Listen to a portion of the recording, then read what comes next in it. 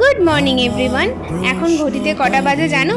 অনেক বেলা হয়েছে, এখন বাজে 9:45। আর আমি এমনি দিনে এরকম উঠি না, তবে আজকে একটু বেশিই দেরি হয়ে গেছে। বেশি মানে ওই আধ ঘন্টার মতন দেরি হয়ে গেছে।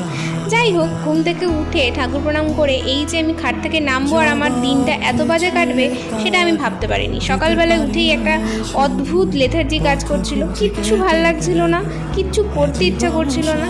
তারপরে আর কি, তারপরে ঢুলে ঢুলে এখন বাথরুমে যাব, বাথরুমে গিয়ে ফ্রেশ হবো। বাইরের ওয়েদারটা দেখো কত সুন্দর, এক্ষুনি বৃষ্টি নামবে মনে হচ্ছিল, পুরো কালো মেঘে ঠেসে গেছিল আকাশটা।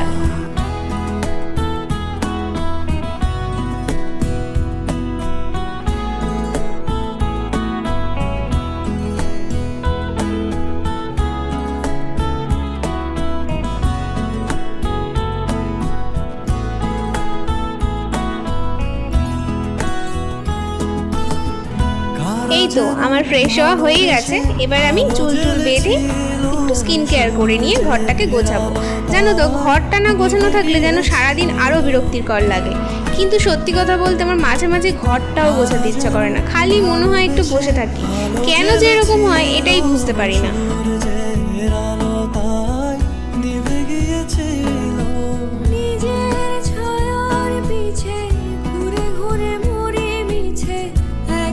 ঘরটাকে আমার গোছানো একদম কমপ্লিট।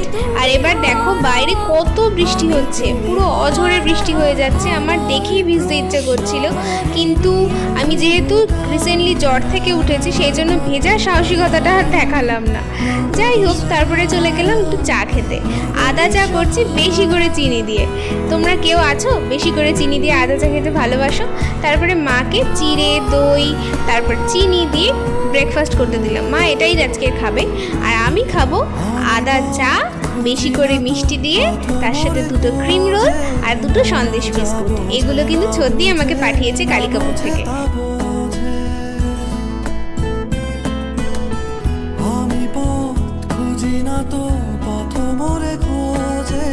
আমাদের এখানে এই বিস্কিট তো পাওয়াই যায় না, আর সত্যি কথা বলতে এগুলো বেকারি ছাড়া তুমি কোথাও পাবে না বলতে এই স্বাদটাই আসবে না। যাই হোক, যখন কালিকাপুর যাই তখন সত্যি আমার জন্য অনেক কিছু কিনে রাখে, তো সেগুলো আমাকে গুছিয়ে পাঠিয়ে দেয়। দেখতেই পাচ্ছ মুখ দেখে একটা বেজার মুখ, মানে কোনো কিছু ভাল লাগছিল না তখন।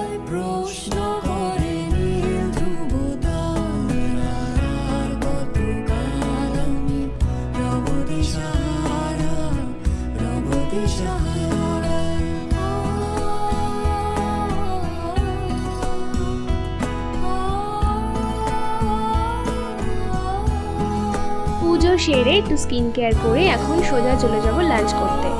এতটাই বিরক্তি লাগছিল আমার যে কিছু খাবো সেটাই খেতে ইচ্ছা করছিল না। তারপরে একটুখানি ঘুমিয়ে নিলাম, ঘুম তো আসে না, ওই চোখ বন্ধ করে একটু শুয়ে রইলাম।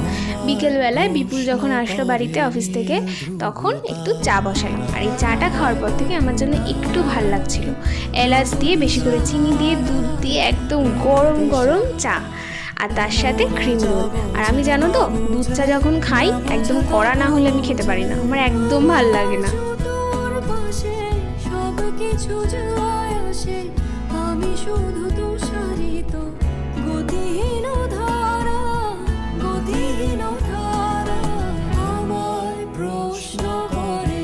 চায়ের সাথে টা হিসেবে তো ক্রিম রোল ছিলই, তার সাথে ছিল সন্দেশ বিস্কিট। তো আমরা সবাই মিলে সেটাই খাবো এখন। আর দেখছো, মা সন্ধে হলেই যেটা করতে সব থেকে বেশি ভালোবাসে সেটা হলো সিরিয়াল দেখা। এটাই হলো মায়ের প্রধান কাজ সন্ধেবেলায়। আচ্ছা, আজকে তবে আসি, দেখা হবে কোনো নেক্সট ভিডিওতে। তোমাদের ভালো লাগলে অবশ্যই কিন্তু এই বোরিং ব্লগটাকে একটা লাইক করে দিতে প্লিজ ভুলবে না। আর অবশ্যই আমার চ্যানেল বা ফেসবুক থেকে দেখে থাকলে একদম ফলো বা সাবস্ক্রাইব করতে ভুলবে না।